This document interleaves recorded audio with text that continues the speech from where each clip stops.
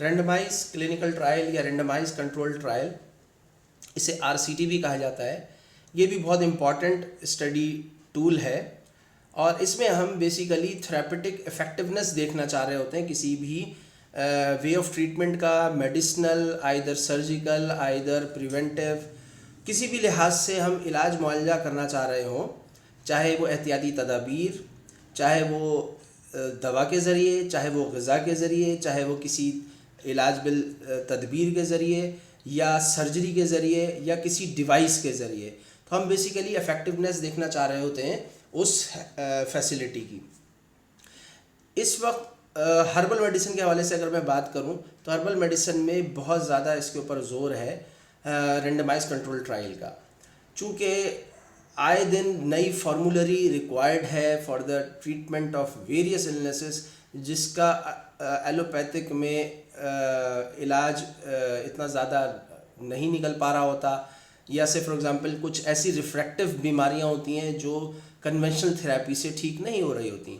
तो here comes the importance of herbal medicine और alternative medicine और कॉम्प्लीमेंट्री मेडिसन और यूनानी मेडिसन। तो हमारे यहाँ भी RCT के ऊपर बहुत ज़्यादा जोर दिया जाता है और रेंडमाइज केस कंट्रोल ट्रायल्स किए जाते हैं। बेसिकली हम इसमें 2 ग्रुप्स बनाते हैं। एक ग्रुप वो होता है जिसको हम अपनी नई दवा, अपनी फार्मूलरी दवा प्रिस्क्राइब करते हैं और उसके नताइज देखते हैं, और एक ग्रुप वो होता है जिसको पहले से ही स्टैंडर्ड ट्रीटमेंट जो कि लागू होता है उस पर रखा जाता है और उसके नताइज देखे जाते हैं, और इन दोनों ग्रुप्स को कंपेयर किया जाता है और ये अंदाज़ा लगाया जाता है कि इनमें से कौन सा वे ऑफ ट्रीटमेंट ज़्यादा अच्छा है। अच्छा, ये बात याद रखिएगा कि बेसिकली कोई सा भी आप स्टडी टूल लें, अल्टीमेटली एक वैल्यू ऑफ सिग्निफिकेंस हमें चेक करनी होती है या लेवल ऑफ सिग्निफिकेंस चेक करना होता है।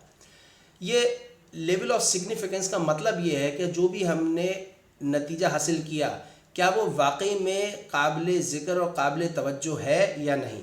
एक आसान से अल्फाजों में यूँ इस बात को समझिए।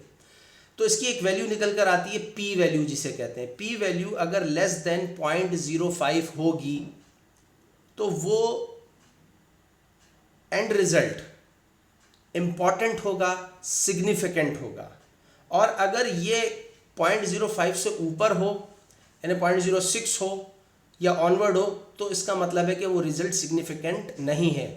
लेकिन इसका हरगिज़ ये मतलब नहीं है कि वो सिग्निफिकेंट नहीं है।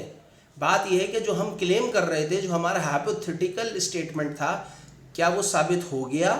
अगर साबित हो गया तो definitely P value less than 0.05 आ रही होगी, और अगर वो साबित नहीं होता तो वो 0.06 से ज़्यादा हो, 0.05 से ज़्यादा होगी।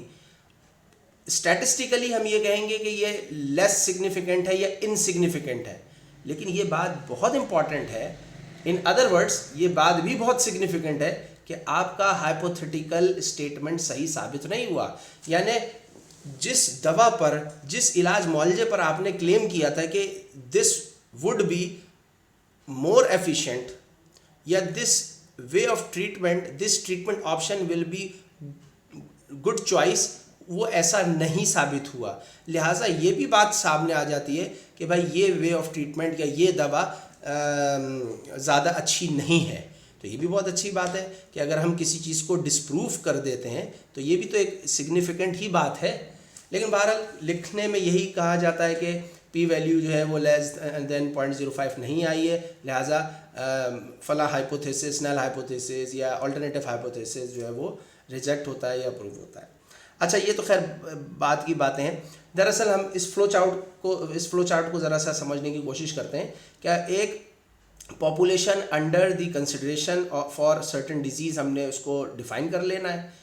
फिर उसके बाद में उसमें से हमने 2 ग्रुप्स निकालने हैं। एक ग्रुप को हम न्यू ट्रीटमेंट देते हैं, एक ग्रुप को हम ओल्ड ट्रीटमेंट देते हैं। जिसको हम न्यू ट्रीटमेंट दे रहे होते हैं इसको हम केस ग्रुप भी कह सकते हैं, यानी ये केस ग्रुप है। और जिसको हम ओल्ड ट्रीटमेंट दे रहे होते हैं उसको कंट्रोल ग्रुप कहा जाता है। ये भी केस कंट्रोल स्टडी जैसा है, लेकिन एग्जैक्ट केस कंट्रोल स्टडी नहीं है। क्योंकि देखिए, केस कंट्रोल स्टडी में हमने वहाँ आपको समझाया था कि केस वो ग्रुप होगा जिसको बीमारी होगी, और कंट्रोल वो ग्रुप होगा जिसको बीमारी वो नहीं होगी जिस पर हम स्टडी कर रहे हैं। अच्छा, यहाँ पर कंट्रोल ग्रुप को भी बीमारी है, लेकिन इसको ट्रीटमेंट ऑल्टरनेटिव नहीं दिया जाता, यानी न्यू ट्रीटमेंट नहीं दिया जाता, बल्कि जो कन्वेंशनल राइजुल वक्त ट्रीटमेंट होता है वो दिया जाता है। इसकी मिसाल ऐसे ले लीजिए कि फ़र्ज़ करें बुखार के लिए एलोपैथिक सिस्टम ऑफ मेडिसिन में, जो कि कन्वेंशनल सिस्टम ऑफ मेडिसिन कहलाता है, उसमें paracetamol is the drug of choice for fever. और अगर आप हर्बल मेडिसिन या अल्टरनेटिव मेडिसिन या कोई न्यू मेडिसिन अगर इस्तेमाल करना चाहते हैं फॉर द सेम रीज़न, तो फिर वो न्यू ट्रीटमेंट ग्रुप होगा, दैट इज़ वो केस ग्रुप कहलाएगा। तो ये एक केस ग्रुप वो हो जाएगा जिसमें हम इन्वेस्टिगेशनल ड्रग को स्टडी करेंगे, और कंट्रोल ग्रुप वो होगा जिसमें हम राइजुल वक्त दवा को स्टडी करते हैं। और फिर दवा देने के बाद हम नताइज देखते हैं कि कितने फ़ीसद लोगों में इम्प्रूवमेंट आ गई, कितने फ़ीसद लोगों में इम्प्रूवमेंट नहीं आई, दोनों ग्रुप में। तो बेसिकली हम इसमें प्रिवेंटिव और other measures, clinical and medicinal and public health के इश्यूज़ को देखने की कोशिश कर रहे होते हैं। और दरअसल हम चाहते हैं कि हेल्थ इम्प्रूव हो, नए ट्रीटमेंट ऑप्शंस हासिल हों, और किसी न किसी तरीके से हम बीमारी को काबू कर लें। तो ये एक रेंडमाइज कंट्रोल ट्रायल का मकसद होता है। उम्मीद है कि आपको ये बात समझ में आ गई होगी।